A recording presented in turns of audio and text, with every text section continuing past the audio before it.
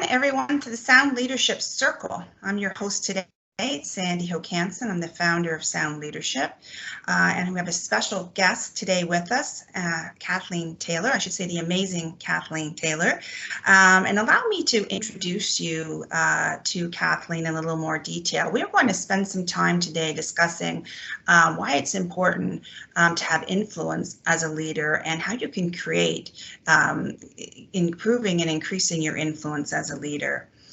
Okay, so Kathleen is actually a lawyer by profession. She has a law degree from Osgoode Hall. She has an MBA, and she has numerous honorary doctorates from very prestigious institutions.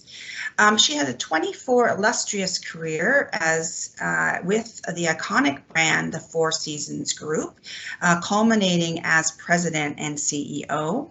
And currently, she's chair of the board for the largest financial institution in Canada, the Royal Bank. She's also chair of the private equity group Altus, and is on numerous other boards in various executive positions.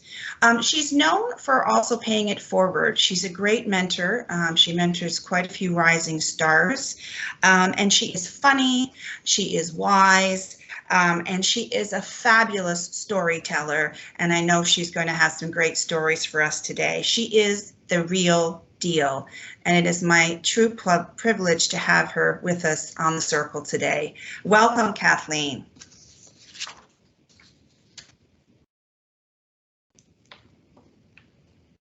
Kathleen?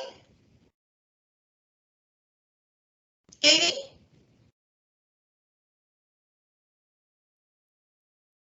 Katie, try unmuting and muting your microphone, please. Can you hear me? Yes, there you are. Welcome.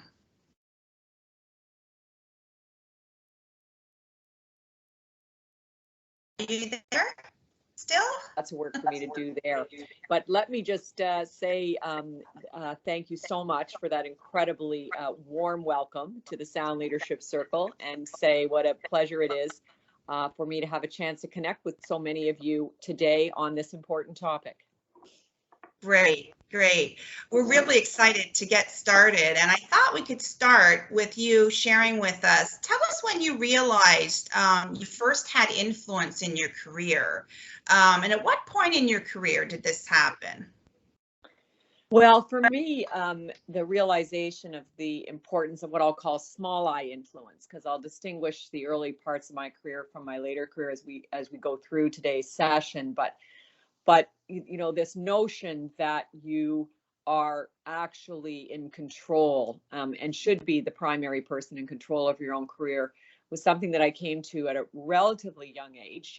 You know, I always say your resume has all the highlights of your career. Rarely do we include the lowlights. But for me, this realization came at a time when I was just starting out in the early stages of my law career. I'd been articling at a great downtown firm called Goodman's, and but I hadn't been loving the rotational system I had been in. I was in facets of the law, litigation, administration, tax or trust and estates, things that really didn't, you know, sort of light my fire. I had as you heard from Sandy, a business degree as well as a law degree, and I was clearly looking for something different. And at the end of those series of rotations, the law firm said to me, you know, we don't really think there's a place for you here. We really like you, but we just don't see a fit on the business side. And that was quite fine with me, because I said to myself, wow, I don't feel a fit either. In my next two rotations, one which was bankruptcy and insolvency, and then the one after that was corporate securities and mergers and acquisitions. All of a sudden, I realized, wow, I really like this firm and I really like this work. And so what is there I can do to sort of change the course of history here?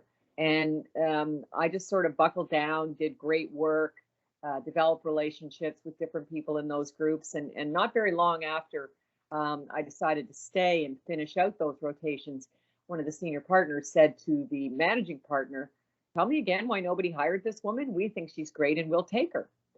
And a lot of people might have been sort of put off by that, but I realized that I had a real stake in this, and so worked very hard at that point to try to convince people that I was a keeper. And ultimately, for I think the first and last time in the history of the firm, the partners changed their mind, offered me a position, and that's essentially where I got my start as a young securities and M&A lawyer.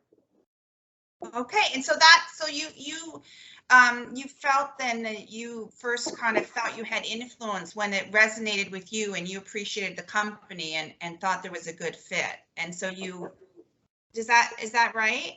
Yeah, and I realized that I wasn't helpless in this situation, that it was somewhat out of my control in the sense that there was going to be a partners meeting where they decided, but I also decided that I had inputs into this decision, and I had influence over, and as I say, small I influence, because I didn't really have the kind of influence I came to get in the later stages of my career, but I had some power, and I had an ability to use that small I influence to convince people that I was the person that they wanted to keep. Okay. Yes. So my next question, and you've answered part of this, I think, but when did you realize it was important to have influence? Was it in the firm when you started to succeed that you felt that it's important to continue to grow your network, or was there? And did you innately know that, or did you feel that you had to learn that skill? Well, I think it was probably a combination of the two. Having been in business for a very long time, I've had a chance to reflect back on my own leadership style. And one of the things that I recognize is that a lot of this started in me when I was a very small girl. Around our kitchen table, and I grew up in Oshawa in a relatively large family in a kind of a working class neighborhood. And my dad used to kind of impress upon us that it's so much easier to ask people to follow you and do as you do than it is to try to order them around and ask them to do as you say. And that philosophy of, just treating people with respect and trying to work collaboratively was something that he was really, really good at. And I think that the second element of it probably came from the fact that I spent as an athlete my whole life, played on many teams. In fact, played basketball all the way up and through law school, volleyball through undergrad. But I always gravitated in sports to team sports. And one of the things that you learn in team sports is that you actually, if you need 5 or 6 people on the court at any given time, there's pretty much nothing you can do alone. Mm-hmm. And so influencing the outcome of a play or the outcome of a game, or in some cases, even convincing my girlfriend teammates that they wanted to sign up again next year. These were all things that were important to me in my younger life. And so as I reflect back on those experiences, I can see that those were important building blocks in my practice. You used the word leadership practice. Mm-hmm. I wouldn't have thought of it that way back then, but I see now that leadership is like a lot of things. It's the culmination of thousands and thousands and thousands of hours of practice.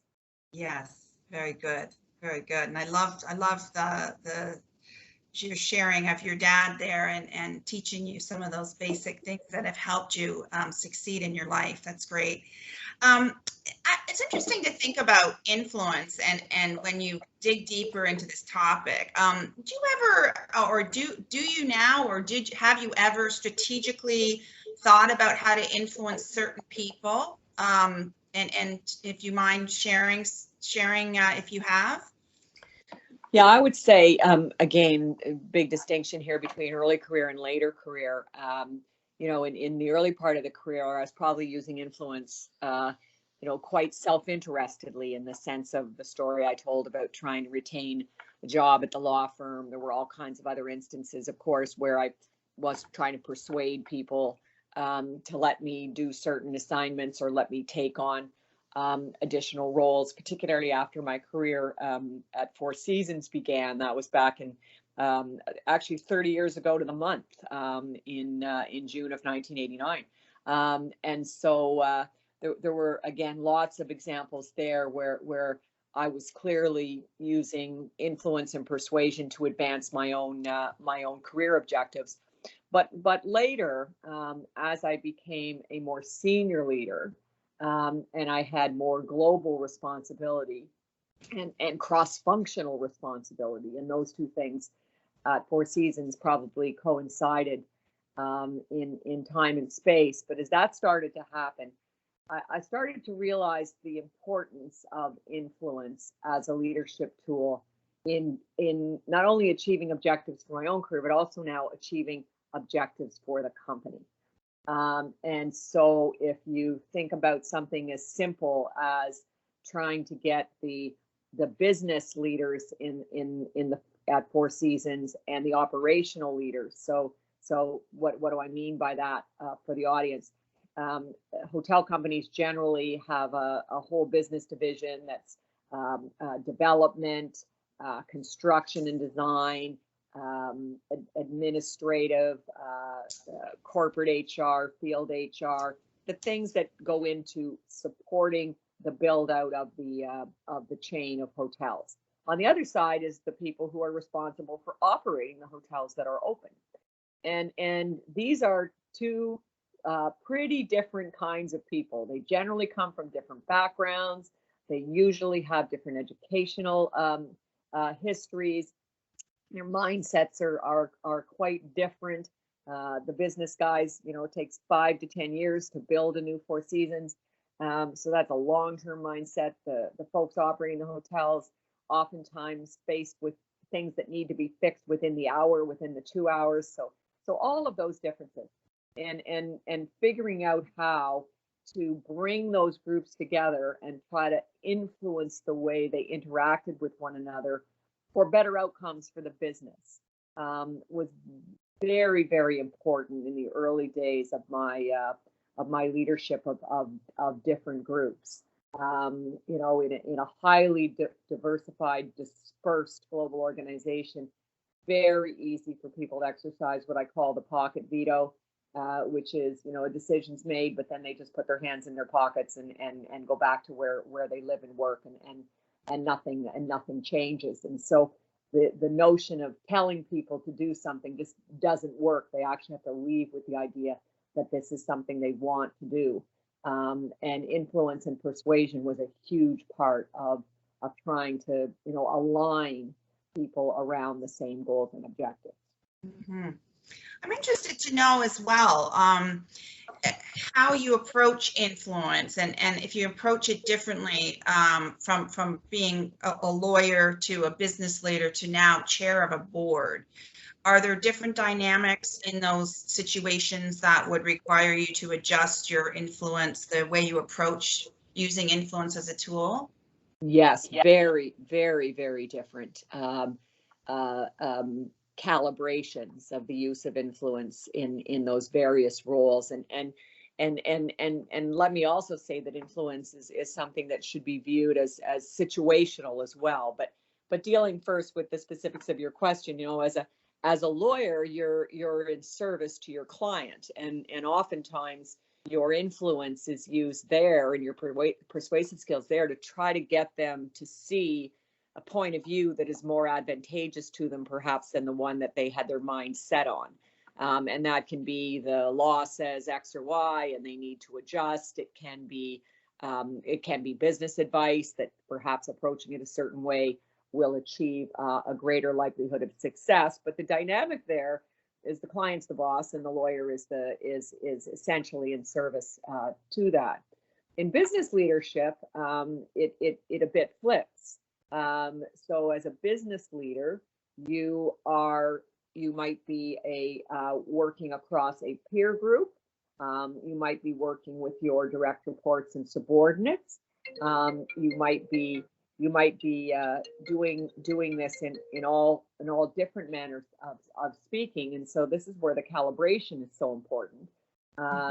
Knowing what level of influence and persuasion to bring versus what level of decision making and closure to bring at different times in discussion as a business leader. Very important to have what I'll call a repertoire of business influence skills there. And then if you take it over to board work, the portfolio life that I'm currently engaged in, I serve on a number of for-profit and not-for-profit boards. And the reality here is a different one yet again, where you typically are serving on a group of with a group of very experienced, high-performing people. They're not a team in the sense of you might have had in your business environment, but they and they are very much a democratic is a funny word to use, but it's probably the best one in the sense that they are a group of true equals. And no one of them is better than any of them, including if you're the chair of the board, and we're all individually elected by the shareholders, and then we have this internal construct that we put together. So learning to influence people over whom you actually have no control, and arguably start with no influence, not any organizationally given influence like it is when somebody makes you a director or a vice president. You all come to it as equals, and so the nature of the influence and collaboration there different yet again. Mm-hmm. Yeah, thank you for that. Does it help to in your experience on the board of RBC, for example, you've been on the board for a long time. Yeah. And I guess one of the things I'm thinking about is that probably set you up for more success in your current role, executive role there, than if you hadn't been. Would you agree with that? Because you know the board and knew the lay of the land. I would say yes and no to that, Sandy. Okay. I've been on the board 12 years when they asked me to become chair, and I've now been chair for 5 years. And so there's no question that when I became chair, I had a deep and continuous relationship with the colleagues who had chosen me, so to speak. But boards are like teams, business teams. They change fast. And so within a year of me becoming board chair, we had 4 directors retire. Within another couple of years, we had 2 directors come on, 2 directors go off. And today, when I look at the board, there are only a handful of people who were there when I started. So renewal there has been constant. And so the influence base that I began with, if I can call it that, morphed considerably in the years that I have been the board chair. And so I've had to, not surprisingly, develop new and deep relationships with all the folks that have come to the board since then, and find ways to collaborate and get them to collaborate with their other board members to create an environment for effective governance. Mm-hmm. I'm so glad we got onto that point, because it's so important for all of us on the phone today and listening today to understand that you're never done. You're never done learning as a leader, and you're never done working to serve your stakeholders better, and that's where you wield influence, because relationships change all the time, and that was just a perfect example of that, and why this is so important, that you keep having to work and have a plan to understand and serve your stakeholders. So excellent. Right. Why do you think it's more important than ever today to have influence? It's always been important. I mean, influential leaders have always been around for the beginning of time. But why do you think it's even more important today?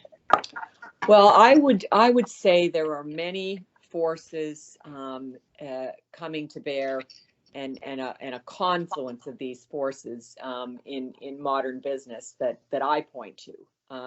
Your last session you just recapped was all about global and global mindset. Obviously, managing across broad geographies is complex.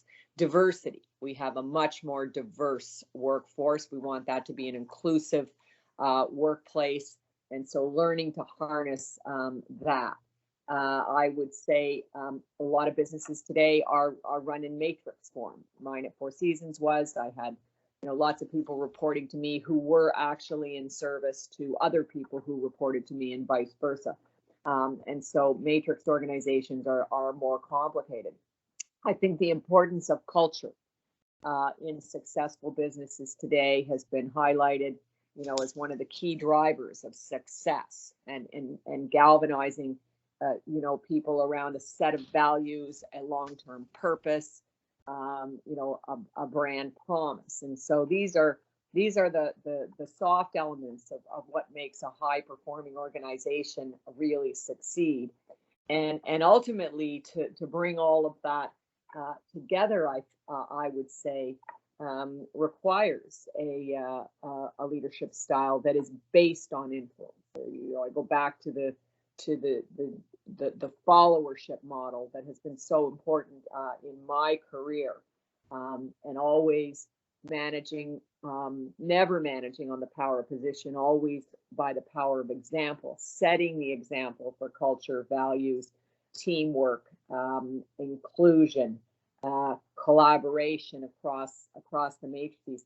All of these sorts of things are the kinds of things that grow out of a relationship with people, and a trust. I say trust is the currency of leadership. So developing relationships that engender trust, that then in turn allow the leader to use his or her influence in order to steer conversations and steer objectives collectively in different directions. And just the way modern day business is done, this model versus what people used to refer to as command and control, is much more effective given the many moving parts. And it doesn't mean that command and control isn't required sometimes. Obviously it is, but particularly in times of crisis or disruptive events. But in general, I think we find that we get much more out of these broad, global, diverse teams when we come together on common ground and use influence and persuasion to help move our goals and objectives along. Mm-hmm. Excellent. Oh, really enjoying our conversation. We could talk for a lot longer than the time we have today. Great. I'm going to, I've got a couple that have come in already, questions, but I'm going to open it up to the floor now. We're at 11:30. We have 15 more minutes. I'm going to open it up to the floor. As I say, I already have a couple come in, and just see if there's some questions that we'd like to take now. So anyone is free to ask a question now. So I'm going to open it up. Who has a question for Katie?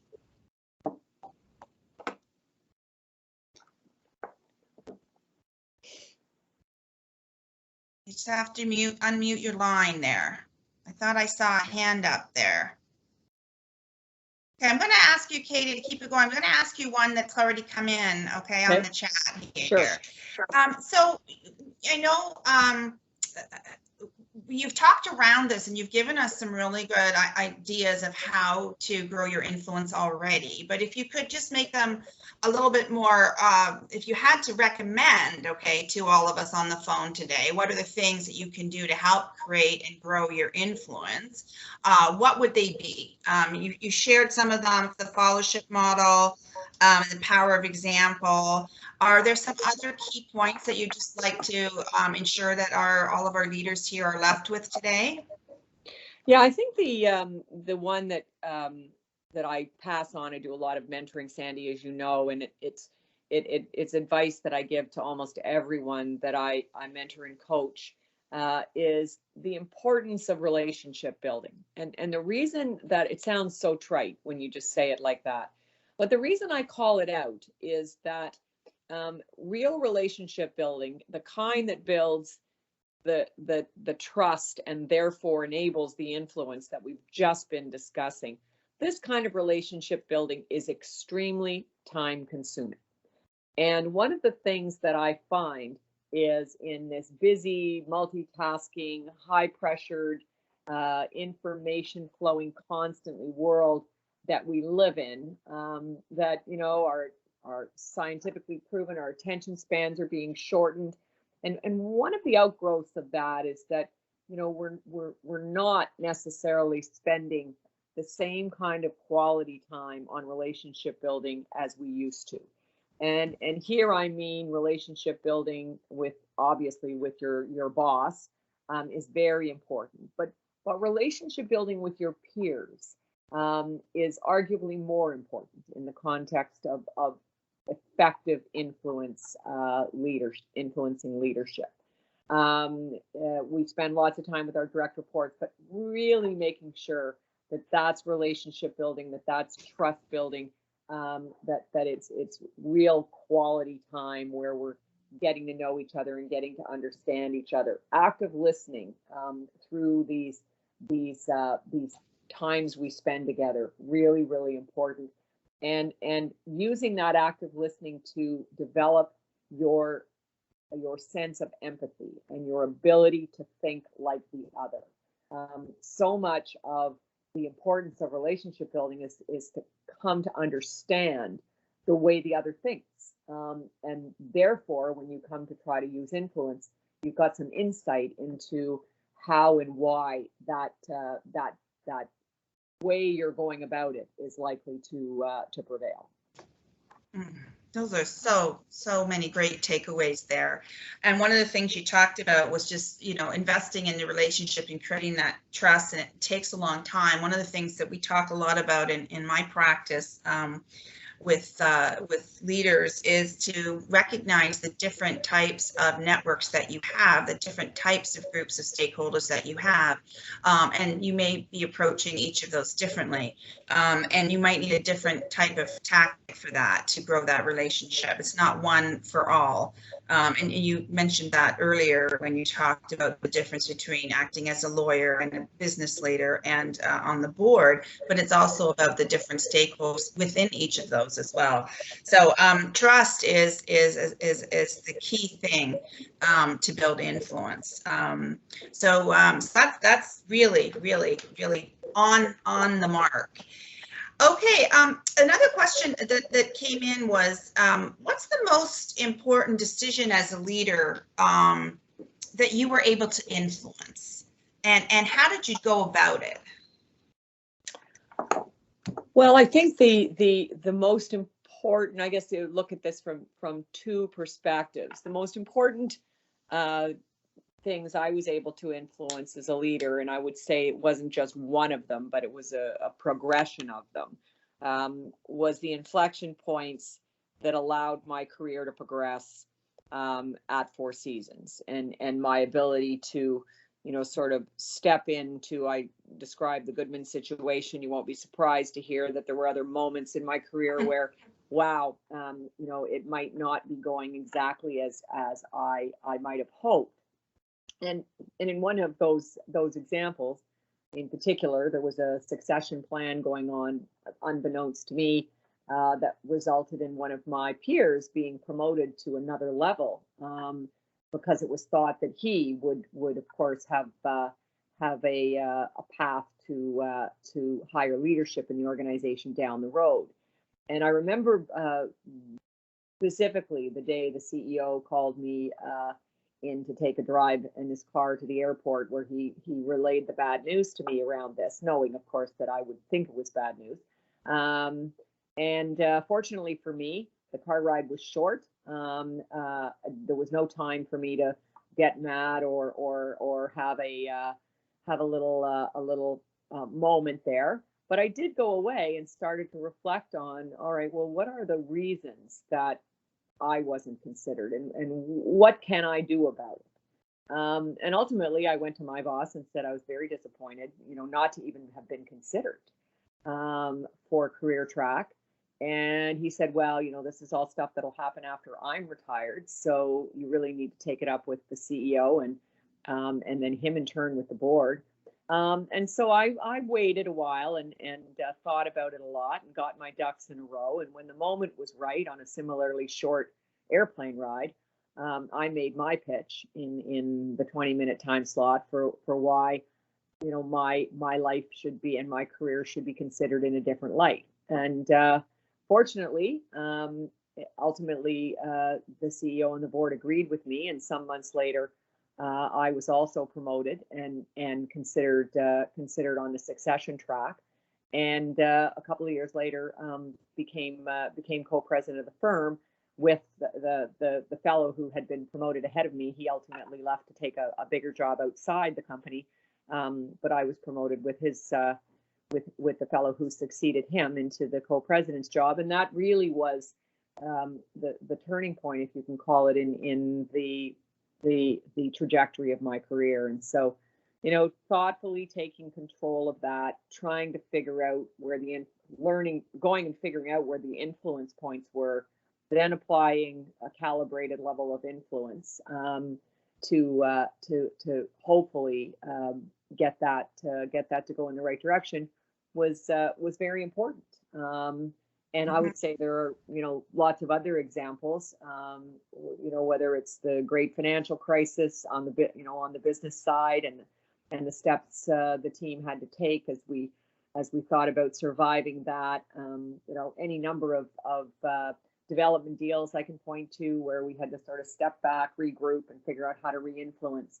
But the point only being, it's such an important skill that you can apply not only in your own the advancement of your own career, which is very important given you're the people who are in charge of that, but also in the advancement of your team and your organization, and learning how to deploy it thoughtfully and is a really important skill. Mm-hmm. It's interesting. I was thinking about it. Thank you so much for sharing that personal example. I mean, all of your examples have been personal, but that one struck me. I wanted to just hit on something that you alluded to there, or that was clear by your example, was that sometimes when you're being influential, you have to take some risk. And you took some risks, obviously, by making your pitch. I mean, you did get your ducks in the row, and you did, you know, think about it, and you didn't overreact. So it was measured, but you still had to put yourself out there. So I think that that's really important for everyone on the phone to think about. You know, we sometimes think influence is more in the background, and some of that work is okay in the background, relationships, building trust, and delivering and being consistent, and all the things we've talked about. But sometimes it's also, you know, really putting yourself on the line. And to wield some influence to get where you think, either for the organization or for your personal good, that you want to go. So sometimes it's not without a little skin in the game. That's absolutely right. And I think the you know, the one thing that I find is that a lot of people say to me, oh, well, I'm not good at advocating for myself. I'm not good at you know, asking for a promotion. I'm not good at asking for a raise. I'm not good at singing my own praises. And my response to that is that we are all uncomfortable. Well, I shouldn't say all. There are lots of people who are comfortable with that. But like so many of you, I too am uncomfortable in that place where we're essentially touting our own value. But learning the language of doing that without sounding self-promotional, talking about yourself in service to the organization, the value, the contribution, your desire to do more, your commitment to the purpose and the strategy. You know, there's ways of putting yourself in the slipstream of the good of the organization that you're with. And learning to use the language that is still advancing your cause, but not arrogant or presumptuous. Again, back to the 10,000 hours rule. This takes practice, and learning how to do it is an incredibly important life skill if you're planning to have a career in business, because there's going to be endless opportunities for you to advocate not only on your own behalf, but on behalf of your organization, where those skills will be of great value. Well, that's just, I think, a really nice way to wrap us up here. Unless there's anyone with a burning, am I missing a hand up anywhere? I just want to double check here if anyone's burning question. before we wrap up. But Katie, that was just a wonderful, wonderful time with you this morning, or today, I should say. There's different time zones here. I can't thank you enough for sharing that with us and sharing your expertise and your insight and your experience, direct experience on how to create influence. So thank you so much for that. And giving us a little taste of your career as well along the way, which is fabulous. One of the things that we wanted to do, Katie and I, was just leave you with a slide as well on just summarizing a little bit on 7 ways to create influence. This is an article in Inc. magazine that came out, and I thought this was a good list. And these are all the things that Katie has touched on today. So building trust is the key factor in having influence. Being consistent by being reliable. And Katie also talked about watch what I do, see what I do, not what I say. And when you show up sometimes and don't show up other times, you can really undo some good work that you've done. Your approach is important as well, not to be too aggressive, but be firm. Always be personal, make it personal wherever you can. Be flexible is also another one. And listening, and Katie mentioned that as well. And I've just added one other one of my own at the end of this list, to be of service. And Katie and I agree on that. When you lead with other people in mind and you're thinking about how best to serve them and offer something to them, you can quietly go about creating influence by serving others and sharing your expertise with them, and you're still creating influence as you go. So some things to leave you with as to reflect today, some personal reflection ideas. So how are you cultivating your circle of influence, and what steps can you take to better serve your stakeholders? Okay, because again, ultimately, it's not just for your own development, it's also in the interest of the organization that you work for, or your own organization if you lead your own organization, but for the other stakeholders there. And think about some of the things that Katie shared around using different strategies for different stakeholders, and if you are flexing them, or if you kind of have the same kind of tools going into each situation. So those are some things that I can leave you with, will leave you with today to reflect on. And Katie, before I do just the last few admin slides, is there anything else that you'd like to say to us? Again, thank you so much on behalf of all the members of Sound Leadership Circle. It's just been fabulous speaking with you today. Well, it's been great to be with you too. And let me just say to all those on the phone today and those who couldn't be with us, congratulations to all of you for working on your leadership. This is one of the great fallacies in the world that people are born leaders. There are lots of people who are born with a whole bunch of skill sets, but leadership, in my experience, is a developed skill. It is one that is quite capable of being learned, of being honed, of being improved. And I love the application of the word practice to it, because it connotes the lifelong journey that I think leaders are on, and in fact should be on, if they're going to continue to be relevant and effective. Well said. Thank you. Okay, everyone, hold the date. The next Thrive, Lead, Succeed webinar is Wednesday, September 25th. Remember that we do take the summer off. And you can contact me as well if you'd like to be a Circle guest speaker. And we have a membership page on the Sound Leadership site as well. And just a reminder, we also list the Sound Leadership principles that we aspire to leadership that is sustainable, visionary, disciplined and results-oriented, inclusive, adaptive, service-minded, and ethical. So thank you all for joining today and spending your time on your practice. And thank you once again to Ms. Kathleen Taylor for joining us. And lead well, everyone. Bye-bye.